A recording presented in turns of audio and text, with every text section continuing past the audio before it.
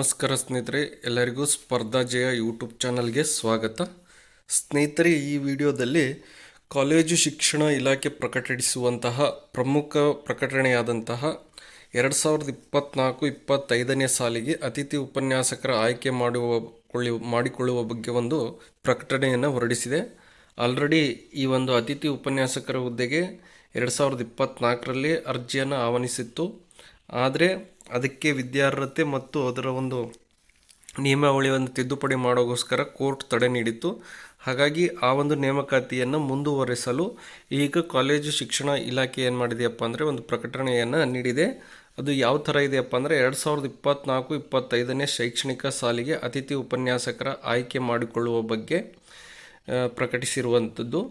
ಇಲ್ಲಿ ಮಾನ್ಯ ಉಚ್ಚ ನ್ಯಾಯಾಲಯವು ನೀಡಿರುವ ದೈನಂದಿನ ಆದೇಶದ ಹಿನ್ನೆಲೆಯಲ್ಲಿ 2024-25ನೇ ಸಾಲಿನ ಶೈಕ್ಷಣಿಕ ಸಾಲಿನಲ್ಲಿ ಇಲಾಖಾ ವ್ಯಾಪ್ತಿಯ ಸರ್ಕಾರಿ ಪ್ರಥಮ ದರ್ಜೆ ಕಾಲೇಜುಗಳಲ್ಲಿ ಸಂಸ್ಕೃತ ಮತ್ತು ಚಿತ್ರಕಲಾ ಹಾಗೂ ಈ ಒಂದು ಕಾಲೇಜಿನಲ್ಲಿ ಖಾಲಿ ಇರುವಂತಹ ಅತಿಥಿ ಉಪನ್ಯಾಸಕರ ಒಂದು ಕಾರ್ಯಭಾರ ಹಂಚಿಕೆ ಮಾಡಿದ ನಂತರ ಉಳಿಕೆಯಾಗುವ ಬೋಧನಾ ಕಾರ್ಯಕ್ಕೆ ಅನುಗುಣವಾಗಿ ಅತಿಥಿ ಉಪನ್ಯಾಸಕರನ್ನು ನೇಮಕ ಮಾಡ್ಕೋಬೇಕು ಅಂತ ಈ ಒಂದು ಪ್ರಕಟಣೆಯನ್ನು ನೀಡಿದೆ.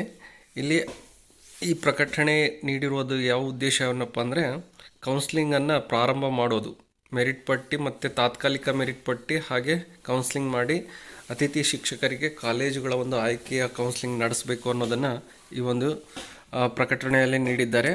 ಇಲ್ಲಿ ಮೊದಲನೇದಾಗಿ ಕೌನ್ಸ್ಲಿಂಗ್ ಪ್ರಕ್ರಿಯೆ ವೇಳಾಪಟ್ಟಿ ಯಾವ ಥರ ಇದೆಯಪ್ಪ ಅಂದರೆ ಕಾಲೇಜು ಪ್ರಾಂಶುಪಾಲರು ಪ್ರಸ್ತುತ ಲಭ್ಯವಿರುವ ಕಾರ್ಯಭಾರದ ವಿವರವನ್ನು EIMSನಲ್ಲಿ ಕಡ್ಡಾಯವಾಗಿ ಅಪ್ಲೋಡ್ ಮಾಡಲು ಕೊನೆಯ ದಿನಾಂಕ ಅಂದರೆ ಯಾವ್ಯಾವ ಕಾಲೇಜ್ನಲ್ಲಿ ಎಷ್ಟೆಷ್ಟು ಗಂಟೆ ಕಾರ್ಯಭಾರ ಇದೆ, ಹೆಚ್ಚಿನ ಒಂದು ಕಾರ್ಯಭಾರ ಇದೆ ಅನ್ನೋದನ್ನು ಆಯಾ ಕಾಲೇಜಿನ ಪ್ರಿನ್ಸಿಪಲ್ ಏನು ಮಾಡಬೇಕಪ್ಪ ಅಂದರೆ ಆ ಒಂದು EIMSನಲ್ಲಿ ಕಡ್ಡಾಯವಾಗಿ ಅಪ್ಲೋಡ್ ಮಾಡಬೇಕು. ಆ ಅಪ್ಲೋಡ್ ಮಾಡುವಂತಹ ಕೊನೆಯ ದಿನಾಂಕ ಏನಪ್ಪ ಅಂದರೆ 28/4/2025 ಸಂಜೆ 5:30 ಎಲ್ಲ ಕಾಲೇಜಿನ ಪ್ರಾಂಶುಪಾಲರು ಏನು ಮಾಡಬೇಕಪ್ಪ ಅಂದರೆ ಅಲ್ಲಿ ಆಯಾ EIMSನಲ್ಲಿ ಕಾರ್ಯಭಾರದ ವಿವರವನ್ನು ಅಪ್ಲೋಡ್ ಮಾಡಬೇಕಂತೆ. ಮತ್ತು ಎರಡನೇದಾಗಿ ತಾತ್ಕಾಲಿಕ ಮೆರಿಟ್ ಪಟ್ಟಿ ಹಾಗೂ ತಾತ್ಕಾಲಿಕ ಕಾರ್ಯಭಾರ ಪ್ರಕಟಿಸುವಂಥ ದಿನಾಂಕ. ತಾತ್ಕಾಲಿಕ ಮೆರಿಟ್ ಪಟ್ಟಿಯನ್ನು ಯಾವಾಗ ಇವರು ಬಿಡುಗಡೆ ಮಾಡ್ತಾರಪ್ಪ ಅಂದರೆ 2/5/2025 ಅಂದರೆ ಮೇ ತಿಂಗಳು 2ನೇ ತಾರೀಕಿಗೆ ತಾತ್ಕಾಲಿಕ ಮೆರಿಟ್ ಪಟ್ಟಿಯನ್ನು ಬಿಡುಗಡೆ ಮಾಡ್ತಾರೆ ಇಲಾಖೆ ವೆಬ್ಸೈಟ್ನಲ್ಲಿ. ಅದು ಆದಮೇಲೆ ಮೆರಿಟ್ ಪಟ್ಟಿಯನ್ನು ಕಾಲೇಜು ಆಯ್ಕೆ ಕೌನ್ಸ್ಲಿಂಗ್ಗೆ ಪ್ರಕ್ರಿಯೆ. ಮೆರಿಟ್ ಪಟ್ಟಿ ಬಿಟ್ಟ ಮೇಲೆ ನಂತರ ಏನು ಮಾಡ್ತಾರಪ್ಪ ಅಂದರೆ ಕಾಲೇಜ್ ಆಯ್ಕೆಗೆ ಕೌನ್ಸ್ಲಿಂಗನ್ನು ನಡೆಸ್ತಾರೆ. ಕಾಲೇಜು ಆಯ್ಕೆಗೆ ಕೌನ್ಸ್ಲಿಂಗ್ ಯಾವಾಗ ನಡೆಯುತ್ತಪ್ಪ ಅಂದರೆ 3/5/2025 ಪ್ರಾರಂಭವಾಗುತ್ತದೆ. ಮತ್ತು ಉಳಿದಂತೆ ಉಲ್ಲೇಖಿತ ಪ್ರಕಟಣೆಯಲ್ಲಿ ಎಲ್ಲ ಅಂಶಗಳು ಯಥಾವತ್ತಾಗಿ ಮುಂದುವರಿಯುತ್ತದೆ. ವಿಶೇಷವಾದಂಥ ಸೂಚನೆ ಏನಪ್ಪ ಅಂದರೆ ಅತಿಥಿ ಉಪನ್ಯಾಸಕರ ಆಯ್ಕೆಯು ನ್ಯಾಯಾಲಯಗಳಲ್ಲಿ ದಾಖಲಾಗಿರುವ ಪ್ರಕರಣಗಳಿಗೆ ಸಂಬಂಧಿಸಿದಂತೆ ನೀಡಲಾಗುವ ತೀರ್ಪಿಗೆ ಒಳಪಟ್ಟಿರುತ್ತದೆ.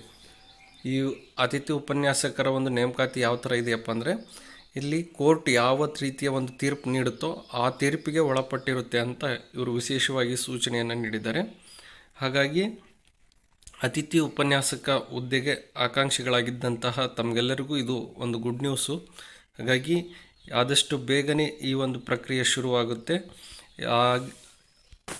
ಹಾಗಾಗಿ ತಾವುಗಳೆಲ್ಲರೂ ಏನು ಮಾಡಪ್ಪ ಅಂದರೆ ಆದಷ್ಟು ಬೇಗನೆ ಅರ್ಜಿ ಸಲ್ಲಿಸಿರೋರು ಇಲಾಖೆಯ ವೆಬ್ಸೈಟನ್ನು ಪ್ರತಿದಿನ ಚೆಕ್ ಮಾಡಬೇಕಾಗುತ್ತೆ. ಹಾಗಾಗಿ ಈ ವಿಡಿಯೋ ನಿಮಗೆ ಇಷ್ಟ ಆಗಿದ್ದರೆ ನಮ್ಮ ಯೂಟ್ಯೂಬ್ ಚಾನಲ್ ಆದಂಥ ಸ್ಪರ್ಧಾ ಜಯ ಯೂಟ್ಯೂಬ್ ಚಾನಲ್ಗೆ ಎಲ್ಲರೂ ಸಬ್ಸ್ಕ್ರೈಬ್ ಮಾಡಿ, ಪಕ್ಕದಲ್ಲಿರುವಂಥ ಬೆಲ್ ಐಕನ್ ಪ್ರೆಸ್ ಮಾಡಿ, ಹಾಗೆ ನಿಮ್ಮೆಲ್ಲ ಸ್ನೇಹಿತರಿಗೆ ವಿಡಿಯೋದ ಲಿಂಕ್ ಶೇರ್ ಮಾಡಿ.